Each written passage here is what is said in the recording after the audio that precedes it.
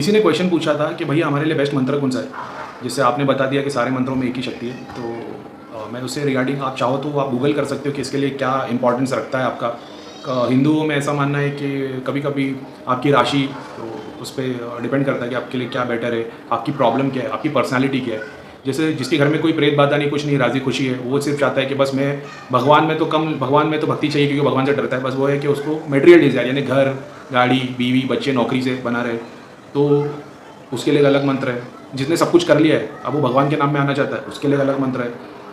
कोई किसी घर में प्रेत बाधा है, बीमार है, कोई हर बार कुछ ना कुछ एक्सीडेंट्स होते रहते हैं, कुछ ना कुछ मोटा होता है, झगड़े होते रहते हैं, उनके लिए एक अलग मंत्र है। तो पहले आप क्या ये सिस्टम समझ लो। अभी मेरे एक्सपीरियंस के हिसाब से और मैंने जो किया है, अब मैं तो मतलब ऑलमोस्ट सारे धर्म की स्टडी करता हूँ। अगर मुसलमान है कोई और वो चाहता है कि खुदा का ग्रेस बना रहे उसके ऊपर, उसको प्रेत बाधा अगर नहीं है, वो सिर्फ इतना चाहता है कि मेरा काम धंधा बिजनेस सब कुछ करे और वो अपने नमाज़ कुरान बराबर पढ़ रहा है, सूरह फातिहा, ठीक है।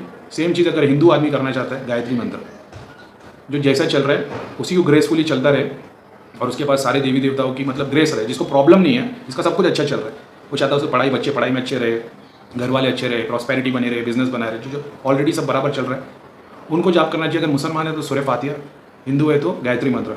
इंग्लिश ट्रांसलेशन करके देख लेना, ऑलमोस्ट दोनों सेम है। अब बिस्मिल्लाहिर्रहमानिर्रहीम बोलोगे अरबी में, इंग्लिश में बोलोगे I begin with the name of Allah, Hindi में बोलोगे मैं ईश्वर के नाम से शुरुआत करता हूँ, बस इतना डिफरेंस है। गायत्री मंत्र और सूरह फातिहा ऑलमोस्ट सेम है। सिख भाइयों के लिए तो अपना वही है, एक ओंकार सतनाम करतापुरम। इसके आप ट्रांसलेशन देखोगे ना, सूरह इखलास है, there say he is Allah one and only absolute and eternal, he begets not nor is begotten, there is nothing equivalent to him.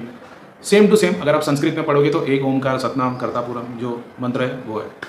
हिंदुओं में गणपति, गणेश जी, मूलाधार से शुरुआत, प्रॉस्पेरिटी, स्टडीज़, रिद्धि सिद्धि के देवी देवता। मन्नू भैया ने मेरे को बात बताई थी, मेरे को इसकी नॉलेज नहीं थी, जब मैंने ट्रांसलेट करके देखना तो मेरे को समझ में आ गई वो चीज़। तो अगर आप वो चीज़ से रिलेटेड में हो कि अपना बीवी बच्चा घर बार सब कुछ बुराने रहे, तो गणपति और गणेश के वो मंत्र पढ़ा करो। जिसके घर में प्रेत बाधा है या किसको लगता है मेरे को नेगेटिविटी है, उसको एहसास होता है, चाहे वो कोई दूसरे से ना सुने, उसको खुद को पता है कि वो कुछ ना कुछ प्रॉब्लम है।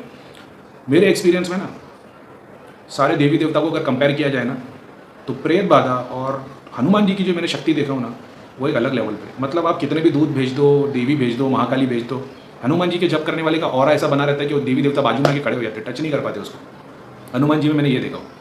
सेम चीज़ इस्लाम में आयतल कुर्सी पढ़ने से, आयतल कुर्सी पढ़ने वाला जो बंदा है, सेम पावर, आप चीज़ें भेजते रहो वो बाजू में आके खड़ी हो जाएगी।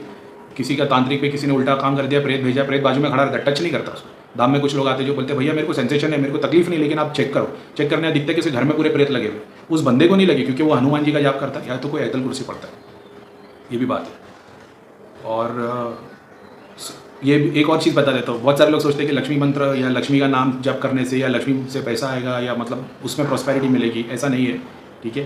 तो ये भी एक बात है, तो उस चीज़ की थोड़ी स्टडी कर लो।